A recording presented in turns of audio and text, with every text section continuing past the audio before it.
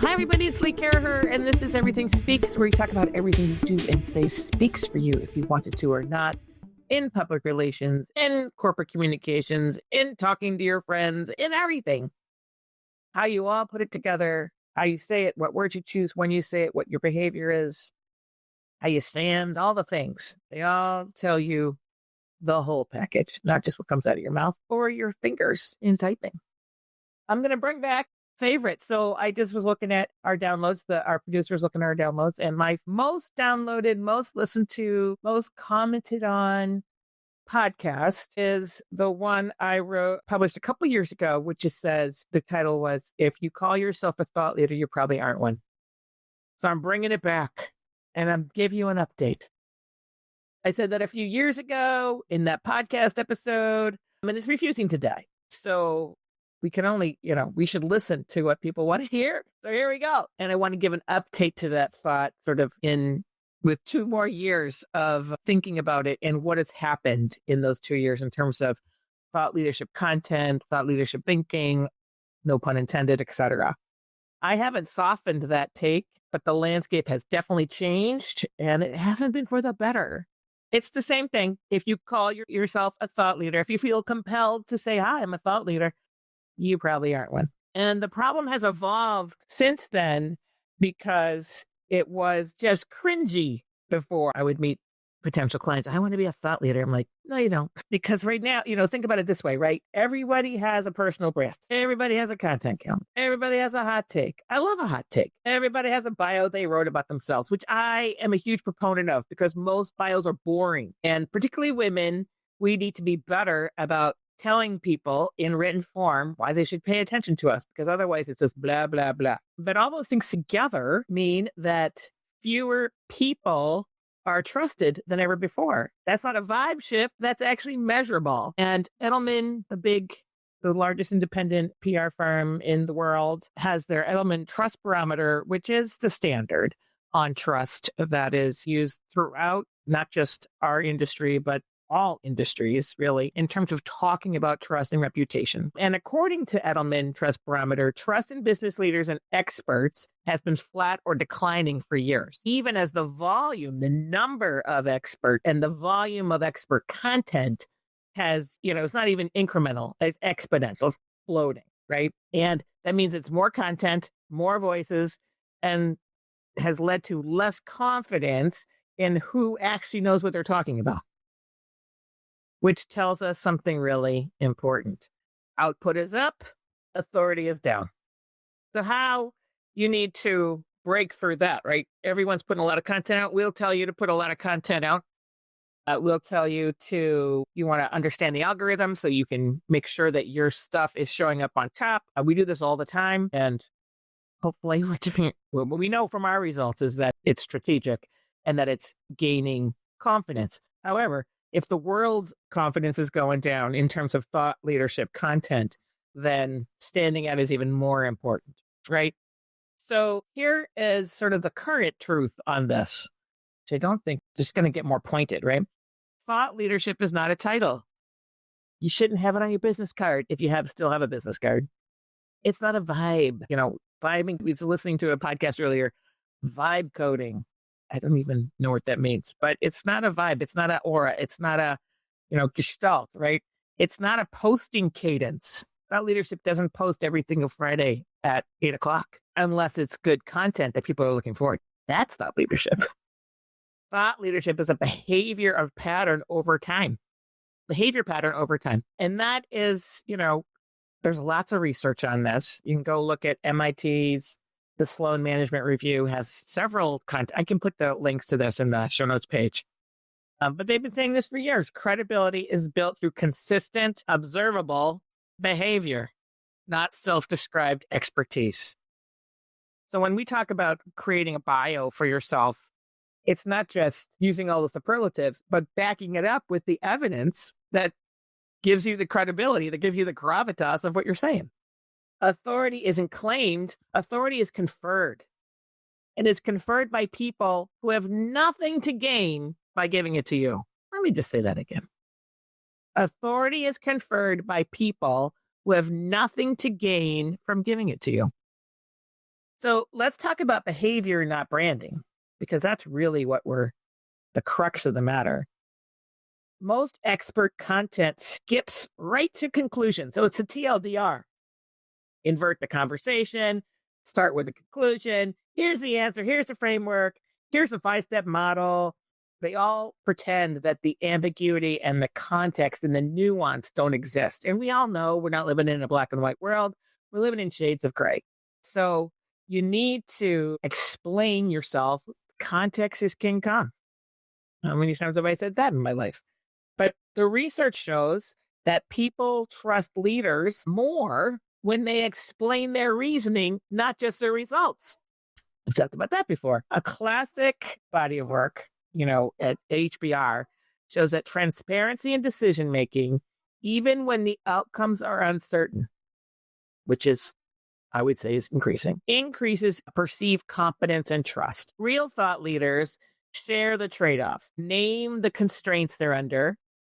These are the boundaries on my thought, and they admit what they don't know yet. Confidence without transparency isn't leadership, it's marketing. And although I'm in that category, I don't like it. Real thought leaders repeat themselves over and over again on purpose. And sometimes this is surprising. Like if you have such gravitas, you should only have to say things once. False. Real thought leaders are boring in this way. They say the same thing over and over and over and again with discipline. And this reminds me of a former client of mine, Trip Hawkins, who was the founder and CEO of EA, and then he founded 3DO, which is where I worked with him, and he did other things. An amazing man in the video game space. And he started talking about the concept of the 3DO years ahead of when he started that company, years ahead. And now it is 30 years later now, I guess, and we're finally seeing what his vision was, which he talked about for the 3DO machine now, 30 years later. And it came to fruition. But he built the concept of 3DO on a vision for the future that we're just now seeing 5 years ahead of when he started that company by saying the same thing over and over and over again, which is what built the trust, So that we know that the psychology on this, cognitive psychology, tells us that consistency over time is one of the strongest signals of credibility. Repeated exposure to the same clear point of view builds familiarity, and familiarity builds trust. This is why we use the number, we used to use the number 12 in marketing. The right person had to see the same message in the right place 12 times before they got it. Now we use that number 37. It's probably higher now. 37, you have to hear the right message 37 times to get it. Unless it's like fire, you're going to die. You usually get that in the first try, right?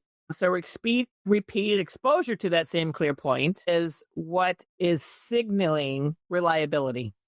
If you can finish my sentence, that's a good thing, right? If your message keeps changing, people assume you're chasing something. That doesn't mean you can't change your point of view. That doesn't mean you can't change your mind. But when you do change your mind, you're going to have to, make a clear break when that happens. If your message holds over time, same thing over and over again, people assume you stand for something. And here's really, in our TikTok virality, doesn't even have to be TikTok, age, novelty gets attention, consistency earns authority. So people say, I want a viral video like that guy he got 1 million views out of nowhere. That viral post, 1, was algorithmed, and 2, often is never repeated by that same creator. Novelty gets attention, consistency earns authority. Also, real thought leaders, they risk being unpopular.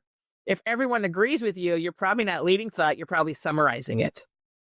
This is one of the biggest things that we do when we're working with clients, C-level clients, how your point of view differs, how you're adding to the discussion, what's your contrarian point of view, so that you can add dimension. So people want to listen to you. If you're just saying the same thing, why bother? Why freaking bother?